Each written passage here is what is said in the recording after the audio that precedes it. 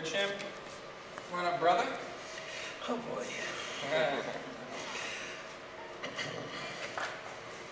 Hi, my name is Eric Schramm.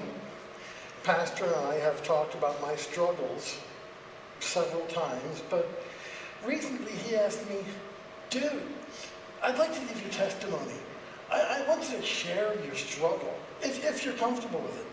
Well, I'm terrified.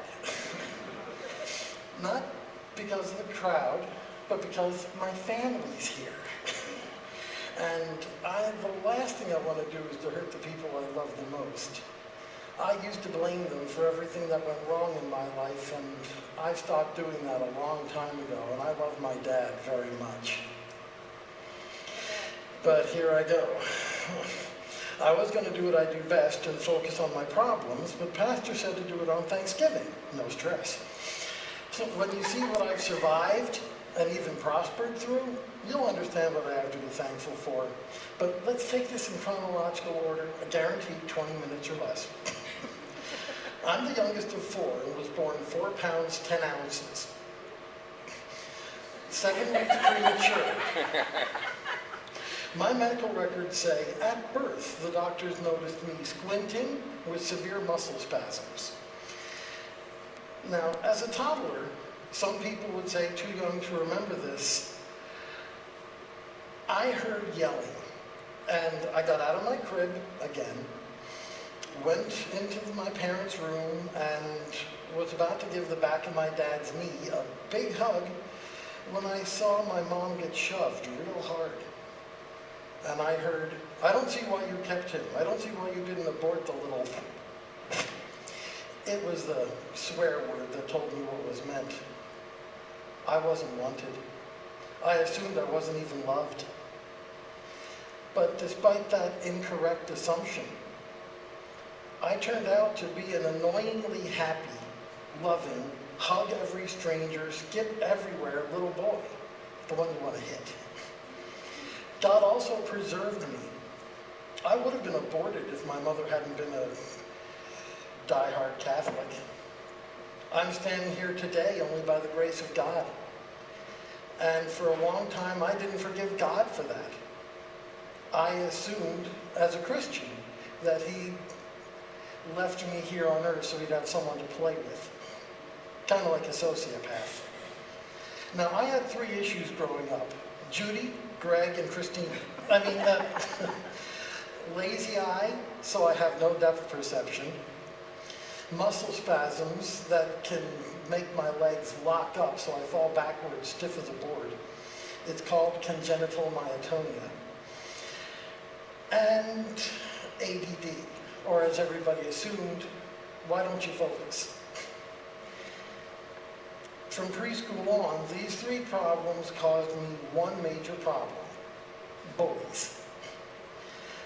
I always assumed this year I can be different. This year I won't have any bullies, everything will work out right. I was wrong every year. Preschool through senior year of college, I had some form of bullies. But I almost always had hope. You could never completely take that away from me. At 7, I learned the beach is not always a time of fun when you're as oversensitive as I am.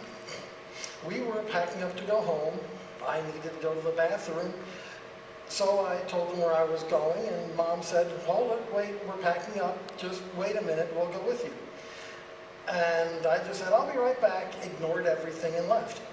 A few minutes later, I got back, couldn't find our blankets, so I asked the lady next to us, and she said, oh, they left. So I ran to the parking lot and realized, with no sense of direction, I hadn't bothered getting the landmarks to the car. So I found myself realizing that I was just a tiny little kid in the whole big world, and it was all my fault. I should have gotten landmarks. I can never let myself be that careless again. I have to be more perfect. That's when I started struggling with OCD. I lost a lot of trust that day, and that's something I still deal with. But as a child, I broke down and cried, holding on to a nearby wooden post. I looked up when I heard a familiar click. It was Dad's camera. They were hiding in the tall grass on a nearby sand dune, so that I'd think I'd been left behind. It was a joke. I was angry, I was scared, I was confused, and I still can't remember when they told me that they were hiding. It was too painful for my mind back then. But today, I've chosen to trust God, to give him my whole trust, everything I have. He's proven to me that I can trust him. And every time my mind raises doubts, I remind it we can trust. But jumping ahead to age 11, Dad would come home from work for lunch on Saturday, and Mom would make him a sandwich. Today, Judy asked if she could.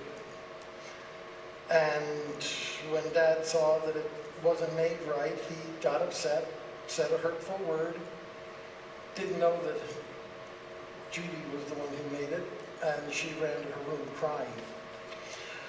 Mom lost her temper. We heard every bad word we'd ever heard very quickly.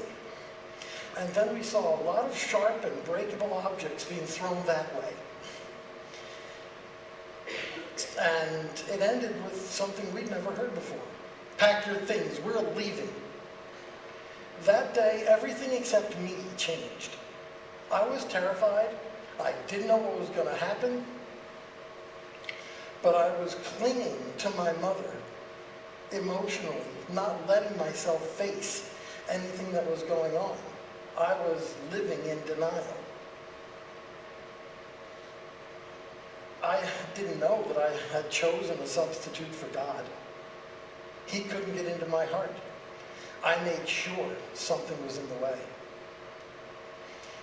We stayed with Grandmom Battistelli for 2 weeks before Dad willingly left the house so that we could come back to our hometown and back to our schools. Thank you, Dad. Mom, on a waitress's salary, couldn't make ends meet. We were always just one step away from the poorhouse and never had quite enough food. And I never consciously noticed, again, still living in denial. I was blind to everything. I had my mom, I didn't need God. 9 months later, all that changed. Mom couldn't handle the stress of being a single parent and with all this, everything going on. So she called Dad up.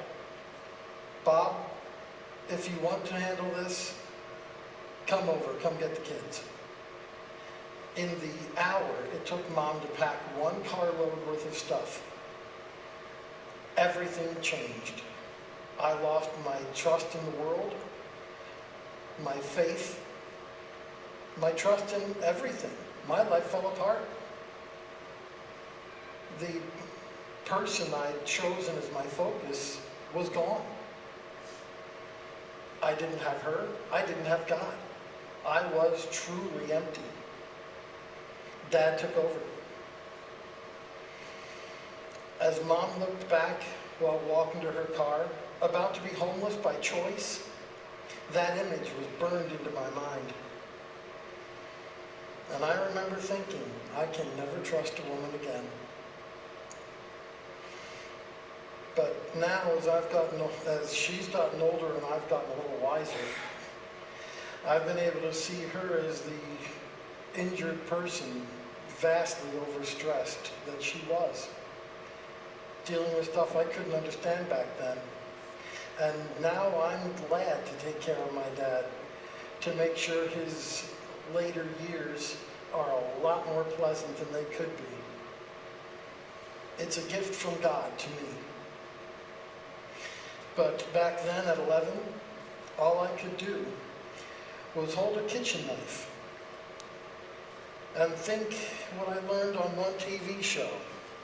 45-degree angle in, 45-degree angle up, fifth rib that takes it right to the heart.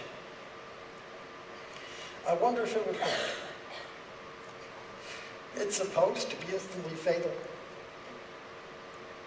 But I couldn't do it. I was too scared of the half second of pain I was certain there would be. I just didn't have the strength. And I've been always told it's the coward's way out, and I was too scared to do that. But years later, I was told that I cried myself to sleep for weeks. I still can't remember it. It took decades just to dredge up that one memory that was burned in. Now, as I said, I'm the one who gladly takes care of Dad. My siblings have families of their own. Mom's living with Judy. And guess who she relies on to calm her down in some hard times? And to a little bit of scriptural teaching here and there. But back then in school, I'd already lost to every sort of bully you can imagine, from the ones that use hurtful words to hurtful fists. In the perceptually impaired class, I got teased for being dumb. I was on the outside of literally every social group in school. And even then, I didn't have the depression I needed to take the coward's way out. And it never left my mind as something that was still an option. But I'm still here, and I'm praising God. But then came junior high and puberty. Joy. And the jocks now had their own social group. And I couldn't be a part of that one either. The muscle stiffness, the eye problems, no depth perception. I wanted to be in every sport imaginable, but I don't have what it takes. Most people didn't like me because I was a know-it-all. The nerds, however, said I was too immature.